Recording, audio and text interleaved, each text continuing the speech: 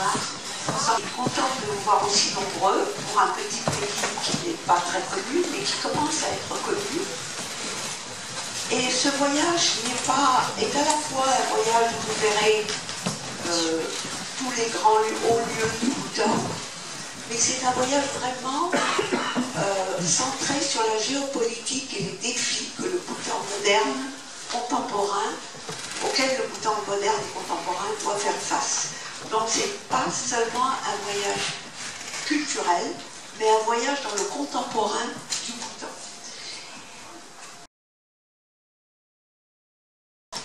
Tout d'abord, j'aime beaucoup les cartes. Je ne vis pas sans les cartes, donc je vous présente ici le Bhoutan. Alors, voilà.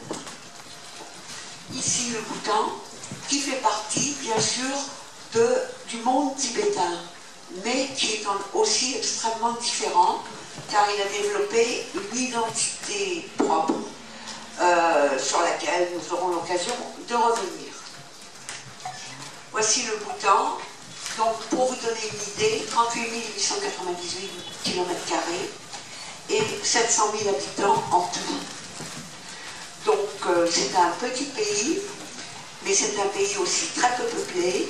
Ici, nous avons l'altitude est de 200 mètres. Et ici, c'est 7500 mètres. Et ça, sur la distance à vol d'oiseau entre Paris et Orléans, pour vous donner l'échelle. Donc on est dans une géographie extrêmement tourmentée qui explique aussi les défis du Bhoutan. Ceci est le symbole du Bhoutan, c'est le drapeau, avec le dragon, qui est le nom du Bhoutan bhoutanais, c'est le pays du dragon. Au niveau supérieur, vous avez le jaune qui est la couleur du roi, de la monarchie, et dans la partie inférieure, vous avez l'orange ou le rouge foncé qui symbolise le clergé.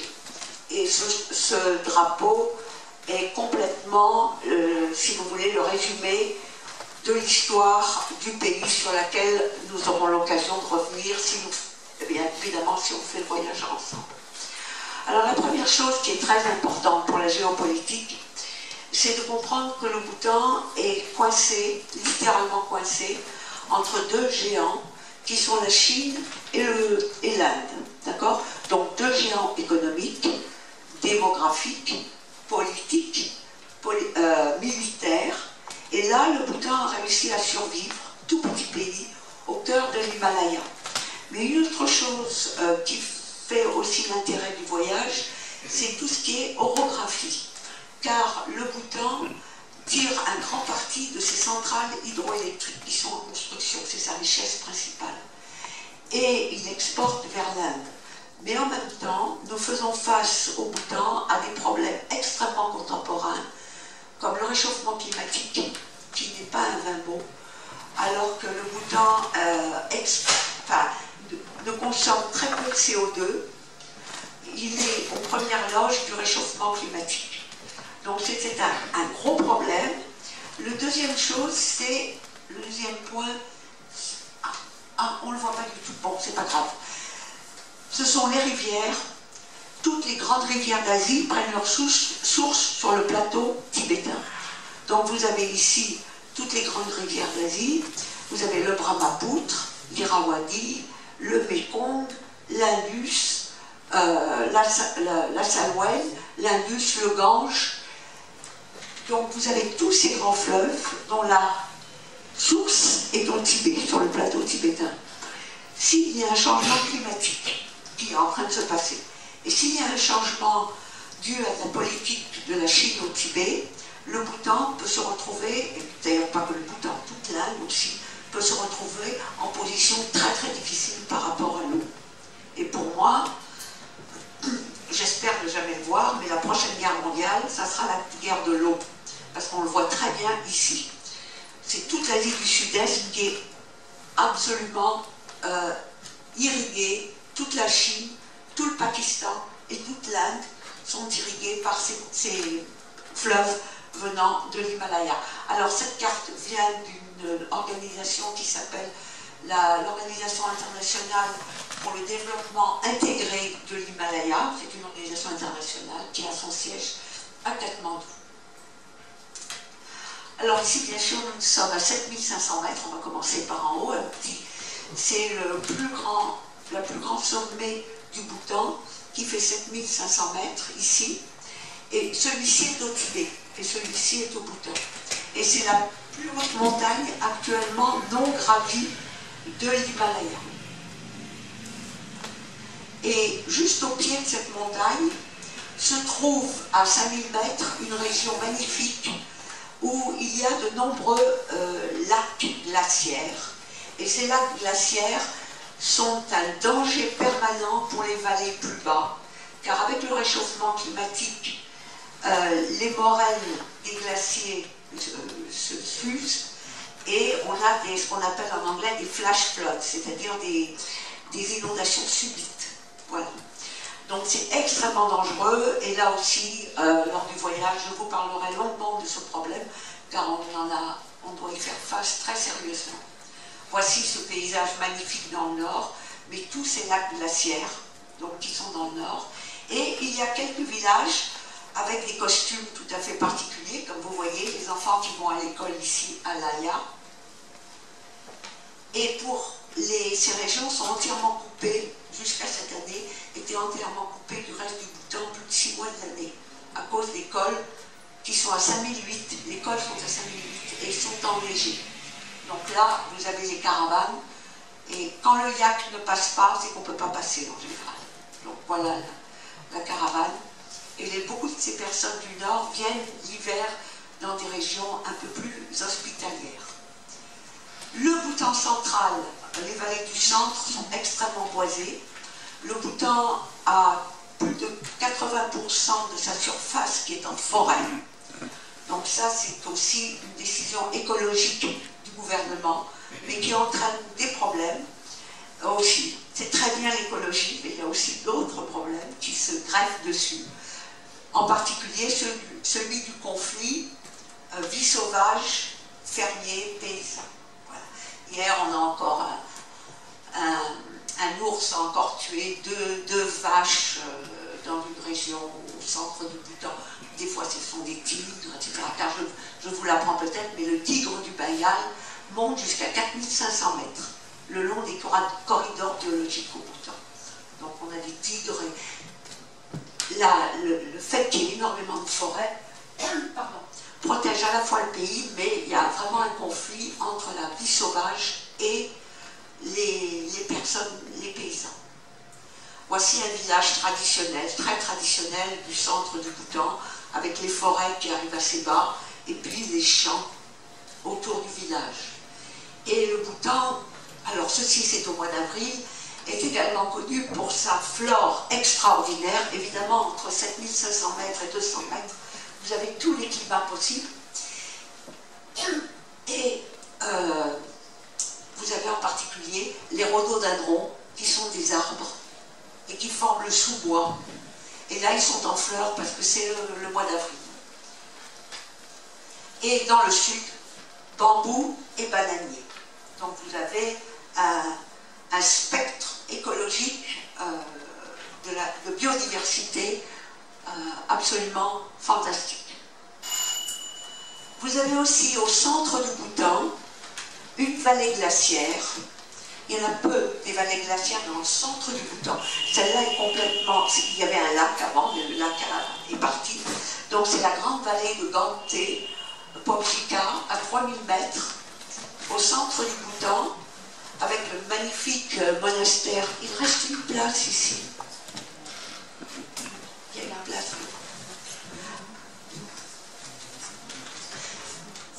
Avec le magnifique monastère de Gante, qui a été fondé au XVIIe siècle, et son village tout autour. Mais la vallée de Pomchika est aussi, tout cela est dans votre journal de voyage, la vallée de Pomchika est aussi célèbre par ses grues à col noir, qui sont une espèce protégée, et qui viennent depuis le Tibet passer l'hiver au Bhoutan. qui passe, cette année on en a eu un record, on a eu un nombre record de grues noires, on en a eu sur tout le territoire du Bhoutan, 609, parce qu'elles sont comptées, protégées, enfin très... Et elles vivent dans des régions de marécage, et donc le fond de la vallée glaciaire de Pokjica est parfait. Donc je n'ai pas un très bon appareil, comme vous pouvez vous en rendre compte. Et donc mes photos sont ce qu'elles sont. Ben, enfin, vous voyez quand même des grues à col nord. Voilà, là j'en ai fait une un peu plus près. Ce sont des animaux extraordinairement beaux et qui ont aussi dans la mythologie bhoutanaise et tibétaine un rôle très important car elles protègent. Alors le pays a été fondé au XVIIe siècle en tant que nation tel qu'il est aujourd'hui par un religieux bouddhique. Donc, vous avez, pour ceux qui connaissent l'Himalaya, les Chortels, donc qui symbolisent l'esprit du Bouddha, donc, que l'on voit ici. Et bien sûr, vous avez des grandes bannières comme celle-ci, qui se posent qui sont suspendues au mur des zones, des temples, et qu'on sort pour les grandes occasions. Et ici, vous avez priorité à priorité, le Bouddha historique, suivi de celui qu'on appelle le deuxième Bouddha au Bhoutan, qui a importé le bouddhisme tantrique au Bhoutan au 8e siècle, Padmasambhava, aussi appelé au Bhoutan Ro Rinpoche. Et c'est lui qui aurait été à Taksang, donc la tanière du tigre, on appelle ça la tanière du tigre, Taksang, et qui est ce magnifique monastère sur une falaise dominant la vallée de Paro. Mais le bâtiment actuel date de la fin du XVIIe, et le bâtiment tel qu'il est a été reconstruit dans les années 2000 car il y a eu un grand incendie en 1998. Le Bhoutan a beaucoup de problèmes avec le feu. Et voici une peinture de celui qui a fondé le Bhoutan, qui est, alors je ne vous demande pas de retenir le nom pour l'instant, mais il s'appelle Chapung Nawang Namgyel, et il est venu au Bhoutan en 1616 à partir du Tibet, et il appartenait à l'école bouddhique des Drukpa Kagyupa. C'est lui qui a donné l'unité au pays, qui a fait l'unification du pays, et qui l'a unifié sous la bannière politique de son école religieuse. Donc au Bhoutan, religion et politique sont liés complètement, jusqu'à aujourd'hui, enfin jusqu'à 2008. Donc c'est très intéressant parce qu'on ne peut pas vraiment étudier le Bhoutan avec une perspective, disons, franco-française, parce qu'on n'est pas dans la même structure de pensée. Et c'est lui, le Chapung Nawang Namgyel, qui a installé sa capitale à Punakha, magnifique zone à 1600 mètres. Et c'est là que, comme il fait plus chaud que dans la capitale, qui est 1000 mètres plus haut, c'est ici que les moines d'État viennent passer l'hiver. Et ceci est une photo prise au mois de mai, lorsque les jacarandas sont en fleurs, et ce sont des arbres absolument magiques. Et la personne en jaune, la seule personne en jaune qui a le droit de porter un habit jaune, à part le roi, une écharpe jaune au Bhoutan, c'est le chef religieux du pays, qu'on appelle le Djekampo. Donc il est là lors d'une cérémonie, et il est accueilli par une cérémonie religieuse pour l'inauguration de ma fac. Donc c'était très important, mais j'ai aussi eu l'opportunité de pouvoir faire des photos de très près. Et voici les moines qui l'accompagnent, avec le chapeau des Drukpa Kagyupa, tout à fait typique, et les instruments de musique dont ils vont jouer pendant la procession. Ici, c'est un rituel. Au Bhoutan, on ne vit pas sans rituel. Toute la vie quotidienne est ponctuée de rituels. Rituels pour les naissances, rituels pour les morts, rituels quand on voyage, rituels quand on est malade, enfin, tout le temps. Donc, les moines ou les religieux, car il y a une différence, ont énormément de travail. Ils travaillent beaucoup. Et voici un rituel typique dans une maison. Et puis, les moines, lors des grandes fêtes, font aussi des danses religieuses, comme ici au Dzong de Thimphu. Maintenant, comme il n'y avait plus assez de place, la population de Thimphu s'étant étendue, il n'y a plus assez de place à l'intérieur du Dzong, et donc ils ont construit une cour à l'extérieur du Dzong, où danses. Et voici un exemple de danseur extrêmement coloré, chamarré et très très énergétique. Les danses demandent énormément de force.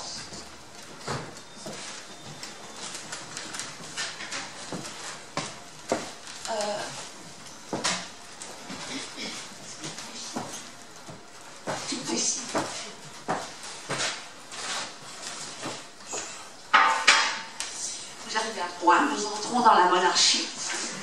Donc nous changeons de... Et ici, nous sommes aux zones de Tongsa, magnifique zone de Tongsa, qui est souvent dans la brume, et qui est le siège considéré comme le berceau de la famille royale au Bhoutan. Et le zone de la monarchie a été créée en 1907, donc c'est une monarchie récente. Et jusqu'à cette époque-là, c'était une théocratie, comme au Tibet. Donc il y avait un religieux qui présidait aux destinées du pays. La monarchie, c'est quelque chose de récent. Et c'est ici son berceau. Et voici une peinture moderne, mais dans le style traditionnel, du premier roi du Bhoutan, avec la couronne des rois du Bhoutan à tête de corbeau, qui est l'animal protecteur, et il tient la roue du bouddhisme dans sa main.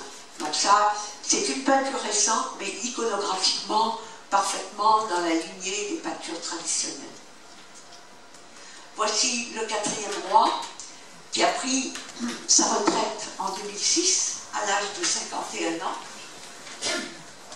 car il a décidé qu'il était trop âgé et qu'il fallait maintenant qu'il passe la couronne à son fils, qui est donc le 5e roi, qui est juste là. Et dans la constitution, car il y a une constitution au Bhoutan, les rois doivent prendre leur retraite à 65 ans, c'est obligatoire. Voilà. Lui a pris sa retraite à 51 ans en disant, voilà, je suis trop âgé maintenant, place aux jeunes. Et voici le jeune roi. Alors je vous parle du roi parce que le roi c'est quelque chose de très important au Bhoutan, l'institution du roi. Et voici le jeune roi, le jour de son mariage, avec sa princesse, avec sa reine. Et ils attendent un bébé d'un jour à l'autre, donc vous allez sûrement le voir dans les gazettes, chez les coiffeurs. Et donc là, il rentrait à Thimphu après le mariage, et il venait de faire 30 km à pied, parce qu'il y avait tellement de monde qu'ils ont voulu rentrer. Donc ils ont mis 13 heures pour rentrer, et tout le monde était dans la rue pour les attendre, vous voyez. Là, j'étais dans la rue comme tout le monde les attendait. Et les gens étaient vraiment très contents. C'était en 2011. Et alors, ici, je vous montre une photo très mignonne, on dira. Le roi embrassant sa reine. Ça a créé un raz-de-marée au Bhoutan. Car jusqu'à maintenant, jusqu'à 2011, on ne faisait pas de signes affectueux en public. Et encore moins quand on est quelqu'un de la famille royale. Donc, il a montré qu'on rentrait dans une nouvelle ère avec ce baiser. D'ailleurs, elle était extrêmement gênée au début parce qu'elle ne s'y attendait pas. Et donc, comme elle est extrêmement réservée, elle était un peu gênée. Et tout le monde, parce qu'il faut vous dire que la population du Bhoutan, 70% a moins de 24 ans. Donc on ne peut pas diriger une population qui a moins de 24 ans avec des principes d'un autre âge. Donc les gens, et alors ça a donné lieu maintenant à des choses qui, moi, qui suis très ancienne et très âgée, me stupéfont. Voilà. Alors également, depuis les 10 dernières années, le Bhoutan a eu énormément de changements, puisqu'a été instaurée la démocratie, donc c'est maintenant une monarchie démocratique avec parlement, et il y a eu les élections. Les premières élections démocratiques avec partis politiques en 2008. Et là, vous avez le guide du voteur et le guide de l'électeur. Donc, on a distribué. Et on avait fait des répétitions générales d'élections, avant les vraies élections, pour que les gens comprennent ce que ça voulait dire de voter. Donc, ça a été fait très sérieusement. Et voilà les panneaux des gens qui se présentaient au poste. Et voici la file dans un bureau de campagne pour voter. Et alors, il y a une file pour les hommes et une file pour les femmes. Pourquoi? Parce qu'il y a une policière femme pour fouiller les femmes et un policier homme pour... C'est pas que les femmes ne sont pas admises à voter, au contraire. Donc c'était super parce que c'était extrêmement facile de faire des photos, tout. Il n'y avait aucun problème. Et le Parlement qui a été élu en 2008 et après en 2013, le deuxième Parlement, où il y a eu complètement un renversement, c'est-à-dire le parti au pouvoir a été chassé et c'est un autre parti qui a été élu. Et le Parlement se réunit dans cette grande salle très solennelle, et ça c'est l'endroit où le roi s'assoit, et le roi n'est plus chef de gouvernement, mais simplement chef de l'État. Donc c'est une monarchie plutôt à l'anglaise maintenant. Et voici là où les gens peuvent s'asseoir pour écouter les débats. Alors là c'est le 17 décembre, c'est la fête nationale, et vous avez le roi au milieu avec tous les ministres qui ont été élus, car c'est le système à l'anglaise. On ne peut être que ministre si on a été élu au Parlement, comme en Angleterre. On ne peut pas être pris hors du... Il faut avoir une fonction élective pour pouvoir être ministre. Donc voilà, avec les ministres ici. Et alors, ce baiser et ce changement de règne a transformé le Bhoutan de façon, comme je vous dis, moi qui suis âgée, des fois je me pince un peu, je dois dire. Alors ici, c'est à ma fac, où nous avons des groupes culturels extrêmement actifs de danseurs et de chanteurs. Et là, on tournait une vidéo de chansons pour la mettre sur la télévision bhoutanaise. Voilà. Donc là, ce sont nos élèves qui font partie du groupe de chanteurs et de danseurs. Et celle-ci au milieu, qui était une des plus brillantes, ça c'était il y a une dizaine d'années, Kelsang Wangmo, elle est poète, et maintenant elle est députée de la vallée de Paro. Donc ce qui est très agréable, c'est qu'on a des étudiants qui deviennent des personnages importants. Alors là, c'est formidable, je peux vous dire qu'on est reçus très très bien. Donc voilà, et ça c'est l'actrice la plus populaire au Bhoutan, et car il y a une production de films extrêmement importante au Bhoutan, en Dzongkha, dans la langue nationale, bien sûr très interne au Bhoutan, mais extrêmement importante. Et voici l'actrice la plus populaire du Bhoutan, Tsoki Tsomo, qui n'hésite pas à rompre les codes, c'est-à-dire elle est très engagée dans l'action sociale, comme beaucoup de jeunes au Bhoutan, et elle fait des films pour dénoncer, par exemple, les violences faites aux femmes, le problème du sida, des choses comme ça. Et elle n'hésite pas à prendre des rôles très durs, donc ne pas faire que la jolie poupée, pour pouvoir, parce qu'elle sait qu'elle a un impact sur les jeunes. Donc quand elle dit quelque chose, ça va passer auprès des jeunes. Tu sais qui c'est? Oui. Voilà une affiche de... Là c'était le mois dernier à Thimphu, donc une affiche de...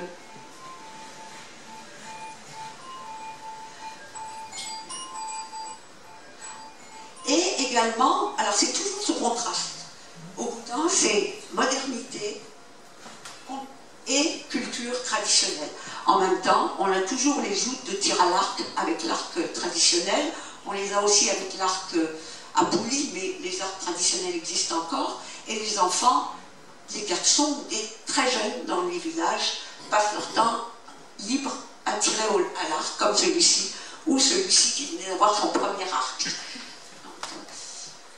Ils rentraient de l'école et ils se sont mis à jouer tirer à l'arc.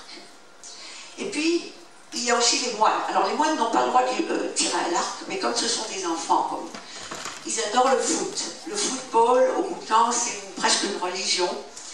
Et donc, les moines ont le droit de jouer au foot. Et là, ils jouaient au foot un jour où ils n'avaient pas les cours, et ils faisaient leur lessive d'abord, vous voyez, qui est installée sur les piles, et après, ils jouaient au foot. Également, toujours tradition, le papier au Bhoutan est toujours fait de façon traditionnelle, dans des conditions parfois très difficiles, avec un arbre qui s'appelle le daphné, la pulpe du daphné, et qui est fait, les feuilles sont faites sur des écrans de bambou. Également, traditionnel, les grandes peintures qui sont toujours faites impeccablement dans la tradition bhoutanaise. À côté de ça, on a une floraison depuis 5 ans de boîtes de prod et d'animation, et qui se tournent vers les plus petits ou vers les pré-ados. Et par exemple, ici c'est notre grand héros, c'est Apocto. Apocto, c'est le paysan, si vous voulez, c'est le père machin. En gros, chez nous ça sera le père machin. Et ils en ont fait un dessin animé qui a eu un succès délirant. Une chanson que tous les enfants au Bhoutan connaissent, Apocto, Apocto, et comme ça. Et également une bande dessinée. Et ça a 5 ans. Donc un succès fou. Et on voit combien, à travers un dessin traditionnel, ce sont des valeurs, quand même, où on peut à la fois faire passer un message et véhiculer des valeurs traditionnelles. Alors ça, c'est le dernier. Il est sorti ce mois-ci. C'est Garba, ça veut dire celui qui accompagne le roi. Et c'était un homme très important dans l'histoire bhoutanaise. Donc ils en ont fait une bande dessinée, il y aura peut-être un film. Mais là, on voit à la fois la façon traditionnelle de peindre, en particulier les montagnes, les nuages, mais également, ici, l'influence de la manga. Vous connaissez les mangas japonaises. Donc, ils arrivent à réconcilier dans leur art à la fois l'esprit japonais de la manga et des thèmes et des coloriages qui sont très bhoutanais. J'attends de la voir, je ne l'ai pas encore vue. La copie m'attend. Et tout ça a été financé par Kickstarter, que vous connaissez peut-être, quand on fait du crowdfunding, comment tu dis ça en français? Crowdfunding. Bon, crowdfunding, j'ai une plateforme de crowdfunding sur Internet, et ils ont lancé leur projet, ils ont récupéré de l'argent.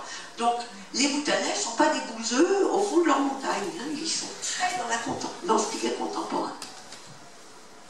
En même temps, encore une fois, là vous avez une femme qui tisse un tissu absolument extraordinaire, de façon traditionnelle, et pour faire une robe, elle va mettre, pour un tissu comme ça, à peu près 9 mois, à raison de 4 heures par jour, parce que sinon c'est trop fatigant pour les yeux.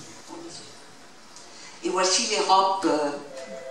Bhoutan vit de ces centrales hydroélectriques, c'est la grande richesse, mais il s'en construit beaucoup, un peu trop à mon goût, et dans des endroits qui avant étaient uniquement de la forêt. Vous voyez, vous avez quand même ces chemins qui sont faits, pas toujours très bien.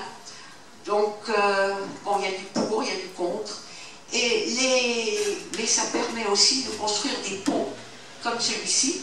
Donc ça, c'est un pont uniquement pour les piétons.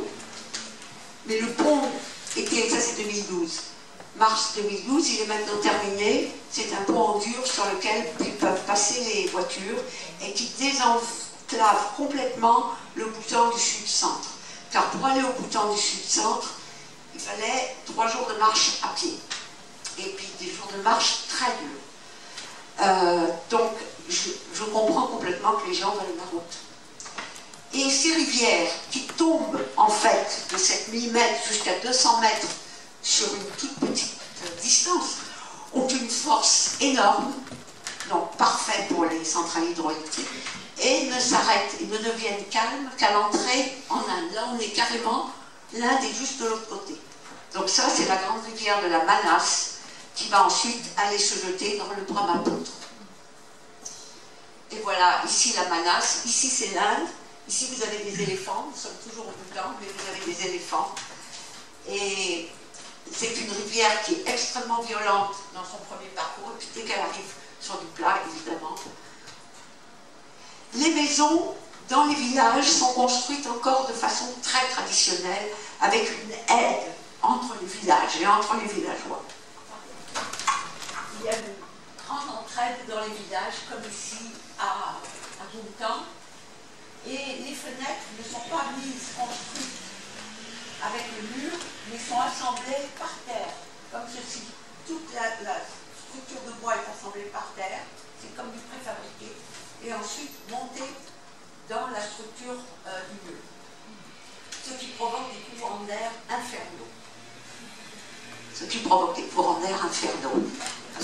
toujours un joint qui n'est pas très. Alors, ici nous sommes aux ondes de Tomsa, c'était quelqu'un de France Culture. D'ailleurs, vous pouvez regarder, écouter sur France Culture, ça s'appelle Ville-Monde. Il y a eu plusieurs émissions, dont une sur Timpou. Donc ça, c'était la journaliste. Et ce sont des émissions de radio, hein, donc France Culture, Ville-Monde.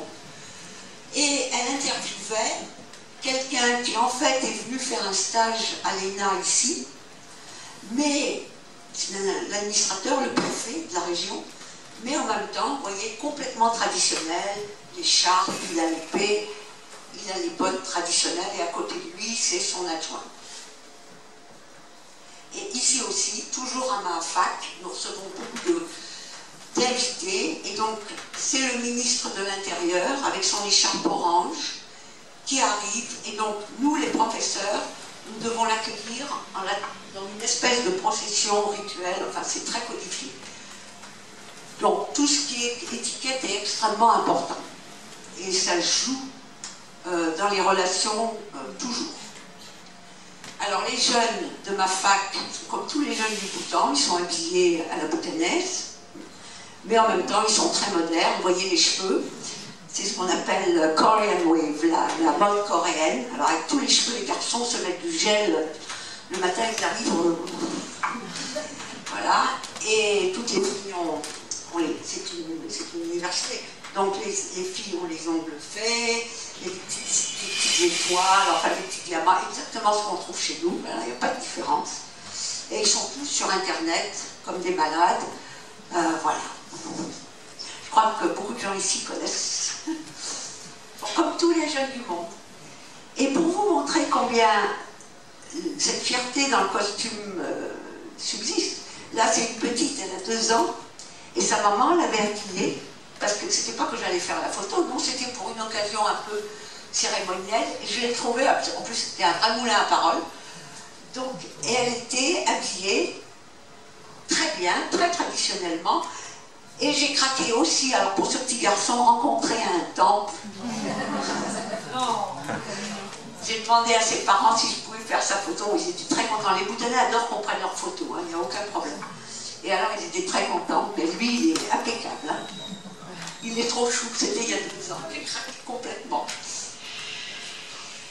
En même temps, les jeunes savent que la fonction publique, c'est pas la fin de vie, c'est leur rêve. Si vous voulez, ils sont comme les Français. Donc la fonction publique, c'est ce à quoi tout le monde aspire. Or le gouvernement dit qu'il n'y a plus de place. Donc il va falloir trouver des choses pour vous employer. Et donc ils ont lancé des initiatives pour l'entrepreneuriat, que les gens se lancent dans l'entrepreneuriat.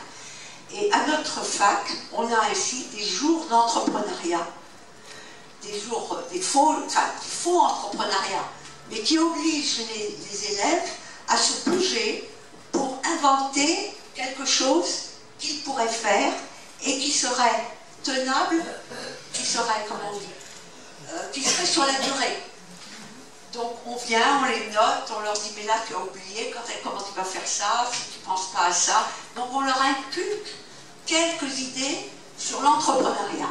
Et ça commence à porter ses fruits. Ici c'est l'hôpital à Bhoutan, donc un hôpital construit par les Suisses en style traditionnel, mais à l'intérieur c'est plutôt moderne. Et bien sûr, à l'entrée, vous avez le Bouddha de médecine, c'est-à-dire le Bouddha qui protège et qui a donné toute la science médicinale au Bhoutan, donc il est toujours là. Ici, vous avez une roue de la vie, tout à fait traditionnelle, que vous connaissez peut-être pour ceux qui sont allés dans l'Himalaya. Mais en même temps, ce qui est très intéressant, c'est qu'encore une fois, les jeunes, lors de l'exposition qui a eu lieu à Washington en 2008, les jeunes artistes bhoutanais avaient fait, à partir de cette roue de la vie, ils avaient fait la roue du bonheur, le bonheur national brut, et ils en avaient fait une roue, donc avec les gens au milieu, les 4 piliers du bonheur national brut, et ce qu'il faut pour essayer de faire une vie meilleure pour l'ensemble des gens. Donc ça, c'était sous une forme un peu d'un mandala. Et ça, je trouve ça remarquable. Comme la même personne a fait une bannière tanka, donc c'est sacré normalement, il en a fait une entièrement en déchets. Pourquoi? Pour montrer aux jeunes que polluer, c'était un acte sacrilège. Donc lui, il a fait un acte sacrilège pour leur expliquer cet acte sacrilège de polluer. Donc il y a beaucoup de conscience sociale au Bhoutan et beaucoup d'organisation. Alors ici, c'est la construction de la route principale sur laquelle je conduis 2 fois par mois. Voilà, il commence à me connaître hein, tous les jours. Ah, madame, voilà. Voilà, là j'attends que le camion passe parce qu'il était clair qu'il n'y avait pas assez de place pour tout le monde. Et là j'ai eu une crevaison, mais au bout de temps je ne me fais jamais de soucis parce qu'il y aura toujours quelqu'un que je connais. Donc moi il est hors de question que je change ma roue, c'est beaucoup trop lourd pour moi, un 4x4. Donc j'attends que quelqu'un passe, et puis là j'avais des amis, donc ils commençaient, puis après j'ai un de mes profs qui est arrivé derrière, donc il a fait ça très bien. De toute façon il n'y a pas à s'inquiéter, tout le monde vous aide, et c'est un pays très sûr. Il est dans les 20 premiers pays les plus sûrs du monde. Donc ça vous donne une idée. C'est un pays extrêmement sûr. Et la route, non seulement les gens veulent la route, mais ils veulent la route justement pour installer des petits marchés. On en rencontre beaucoup maintenant, des petits étals où ils vendent des produits de leur ferme. Et alors dans le nord, on trouve plutôt des aubergines, des courgettes, de l'oignon, mais dans le sud, on a les bananes et les oranges. Donc tout le monde s'installe sur le bord de la route et vend ses produits. Ici, c'est un des... J'ai presque fini. Ici, c'est un des produits phares du Bhoutan, qui pue abominablement, la noix d'arec, qui va servir à faire le doma, ce que les Bhoutanais mâchent et qui ont crache rouge. Vous connaissez, il y a beaucoup de pays en Asie du Sud-Est qui le font. Je pense que celle du Bhoutan est particulièrement odoriférante. En tout cas, voilà la noix d'arec à l'intérieur de sa coque. Et elle est ensuite enveloppée dans une feuille de bétel, il y a de la chaux, et on mâche ça. Voilà. Les gens également vendent les produits, donc ici, des piments réputés parmi les plus forts du monde. Moi, je ne peux pas les manger, ça s'appelle les dalai, ça pousse dans le sud du Bhoutan. Mais ils vendent aussi le miel qu'ils recueillent dans la montagne. Donc, chacun essaye, industrieux, si vous voulez, essaye de faire ce qu'il peut pour gagner un petit peu d'argent en plus de la terre, juste faire la terre. Et les piments, bien sûr, c'est l'alpha et l'oméga de la nourriture bhoutanaise. Voilà, ils sèchent là au mois de novembre, non, octobre, c'est à Paro. On les voit partout, on en trouve partout, on en mange partout. Bon. Le plat national, et voilà les piments, bon la photo n'est pas bonne, zut, je m'en suis pas aperçue. Et voici le plat national, qui est du piment et du fromage fondu. Et un Bhoutanais, vous pouvez lui faire 3 fois par jour, 365 jours par an, ça et du riz, il sera content.